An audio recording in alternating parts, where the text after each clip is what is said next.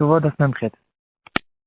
aujourd'hui on va essayer de voir brièvement le sujet de Tosefet Shabbat et Tosefet Yom Tov. C'est quand on va faire un rajout sur le Shabbat, quand on va recevoir le Shabbat plus tôt, par exemple depuis le Plag. Quel est le statut de ce moment-là? Est-ce que c'est considéré comme un Shabbat, des Oraïta, des Rabbanan ou pas? Aussi à propos du Yom Tov, quand on va faire un rajout sur le Yom Tov, par exemple en été, des fois le Yom Tov de Shavuot par exemple il rentre très tard, donc on fait rentrer le Yom Tov plutôt avant son temps, c'est quelque chose qu'on fait. On va essayer quand même de voir est-ce que c'est un moment où on peut faire Kiddush à ce moment-là, est-ce qu'on considère ce moment-là vraiment comme un Yom Tov ou pas. On va voir aussi un rajout qu'on fait après le Shabbat, après le Yom Tov, quand on le fait sortir plus tard, c'est la même chose. Comment on considère ce moment-là? Est-ce que c'est considéré vraiment comme un Yom Tov ou pas? Comment on en arrive à ce sujet-là qui n'a aucun rapport avec notre sugia? C'est dans Tosfot. On va voir dans notre suga, en fait, ça se trouve dans le daf précédent, dans la semaine veille, que normalement, on aurait pu se marier le Shabbat et le Yom Tov, Minatora. C'est-à-dire, on voit dans la Gemara que Minatora, on aurait pu se marier le Shabbat et le Yom Tov, et en fait, c'est qu'un problème qui est mis des Rabbanan. La question qui se pose, que les Rishonim m'ont demandé, c'est qu'il y a une Gemara dans le Sechet Moed Katan, d'Afret Amud Bet, qui dira qu'on ne va pas se marier même pendant Chol HaMoed. Pourquoi? Parce qu'il y a un passage qui dira Vesamarta Bechagecha. Et on déduit de là, Bechagecha, il faut que tu te réjouis avec le Chag lui-même et pas que tu te réjouis avec ta femme et tu fasses un mariage pendant le Chag. Donc, il ne faut pas en fait mélanger les Smachot.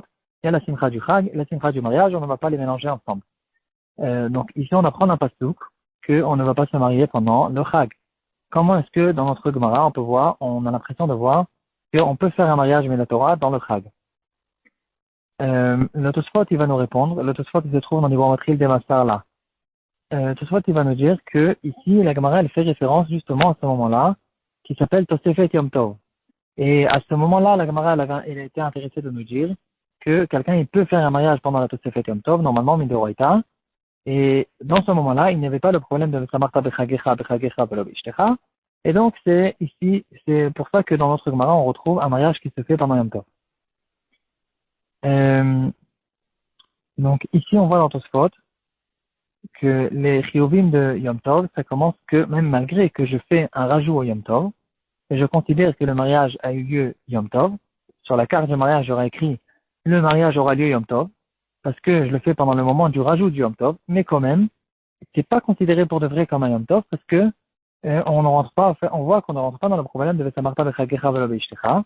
Et donc ici, on voit qu'il y a un moment qui est spécial. D'un côté, on le considère comme un Yom Tov, d'un autre côté, il n'est pas vraiment comme Yom Tov. C'est ce qu'on va essayer de développer aujourd'hui, très brièvement, un tout petit peu toucher ce sujet qui est beaucoup plus vaste, bien sûr. Euh, donc, en tout cas, c'est ce qu'on voit ici, c'est qu'on ne considère pas qu'on mélange des smachot quand on fait un mariage pendant la Tosefet Yom Tov.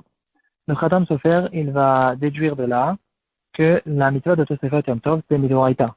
C'est-à-dire, quand on va rajouter quand on va faire un rajout sur le Shabbat, on va recevoir le Shabbat plus tôt, ou le Yom Tov plus tôt, on considère ce rajout comme un Shabbat Midoraita. C'est pas qu'un rajout qui est Midorabanan, comme on le voit dans notre Sugya.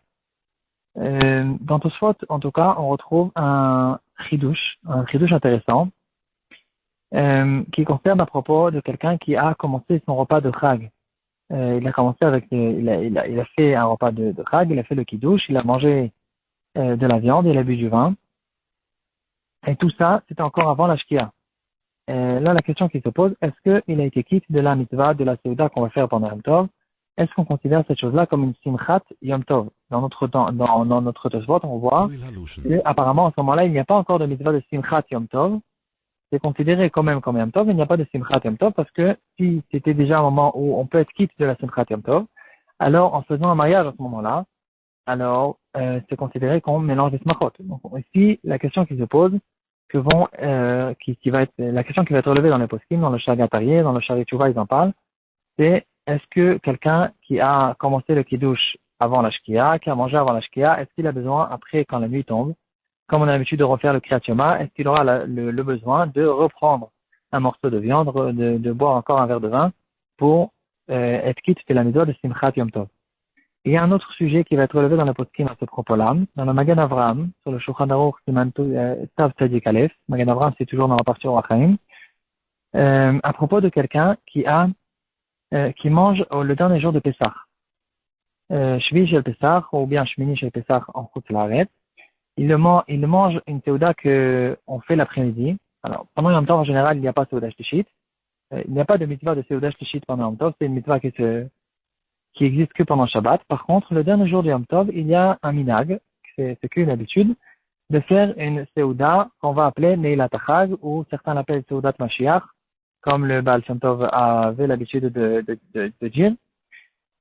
On va manger à la fin du Yom Tov pour raccompagner le Yom Tov, pour se séparer du Yom Tov avec une simcha. Et là, la question qui se pose, c'est quel est le din dans un cas où quelqu'un, justement, il a commencé cette Seuda avant la Shkia, bien sûr. Il a mangé des matzot et à ce moment-là, la nuit, elle tombe. Et la nuit, elle tombe, donc c'est fini. Le Pesach, il est sorti. Et maintenant, il se pose la question, est-ce que je peux maintenant sortir du Hametz de l'armoire que j'ai vendu au Goy et le manger? Est-ce que je peux manger dans le même repas? C'est un repas où j'ai commencé avant la fête. Est-ce que dans le même repas, je peux manger du Hametz? En fait, ici, la question, elle est double. À cause de deux problèmes, on pourrait se poser cette question. Premièrement, est-ce que il y a un problème dans le même repas de manger de la matzah et du chametz, alors que le repas, en fait, est-ce qu'il y a un problème de manger dans un repas qui a commencé pendant Pessah, de manger du chametz, malgré que maintenant on n'est plus pendant Pessah? Ça, c'est la première question. La deuxième question, c'est justement notre sujet. Puisque j'ai pas encore fait sortir le Yom Tov, alors est-ce que je peux manger du chametz dans un moment qui, en fait, a encore la ktusha du Yom Tov tant que j'ai pas dit Baruch Hamavdil? Donc, la nafkamina entre les deux questions, c'est s'il a dit Baruch Hamavdil au milieu du repas. D'un côté, c'est le même repas, il n'a pas encore fait Birkat Hamazon, et donc c'est la suite du repas qu'il a commencé pendant Pessah. Mais d'un autre côté, il a déjà fait sortir le Chag.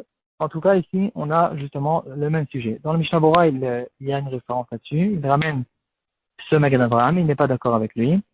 Il va dire que tant qu'on n'a pas fait Birkat Hamazon et Avdallah, on ne peut pas manger du Chametz. Le Magen Avraham avait dit qu'on peut manger du Chametz. Le Mishnah Bora n'est pas d'accord avec ça. Et il va dire, le Mishnah Bora, quel est le problème? C'est parce que plus tard, quand il voudra faire Birkat Hamazon, on va lui dire, tu fais Birkat Hamazon avec Alev Yavo, comme tous les Shabbatot. On a l'habitude de faire Sodash Leshit quelques minutes avant la Shkia. On finit Sodash Leshit bien après la Shkia et on fait quand même rester parce que le repas a commencé avant la Shkia. Parce que le repas a commencé pendant Shabbat, on fait rester. Ici aussi, il voudra faire Alev Yavo parce que le repas a commencé pendant Pessah. Et devant lui, il a des pitotes, de la challah ou du pain ou de la baguette ou n'importe quoi, des croissants, des pains au chocolat. Et il a sur la table. Et il vient en manger d'ailleurs, et il fait Ya'alev Yavo, Biyom Chag Hamatzot, ça va pas du tout, c'est quelque chose qu'on ne peut pas faire. Et donc, ça c'est le problème que relève le Mishnah Bora. Il y a justement le deuxième problème, comme on a dit, c'est que ici, on parle d'un moment qui est considéré comme un Tosefet Yom Tov, parce qu'il n'a pas encore fait sortir la fête, et à cause de ce problème aussi, on pourrait dire qu'il y a un problème, mais dans notre Tosfot encore une fois, on voit qu'il n'y a pas apparemment ce problème, parce que ce problème, le moment de Tosefet Yom Tov, on le considère comme un Yom Tov qu'à propos de Isur Melacha, de ne pas faire des Melachot, mais pas à propos de la Simcha, des Seudot qu'on fait pendant ce jour-là. En ce moment-là, c'est peut-être pas considéré comme un Yom Tov. Donc en fait, c'est une question de base qu'on pourrait se poser à propos de ces Tosefet Shabbat, Tosefet Yom Tov qu'on fait avant ou après la fête. Est-ce qu'il y a toute la Kedusha? Il n'y a pas toute la Kedusha? Est-ce qu'il y a Neshama Etera et pas Neshama Etera?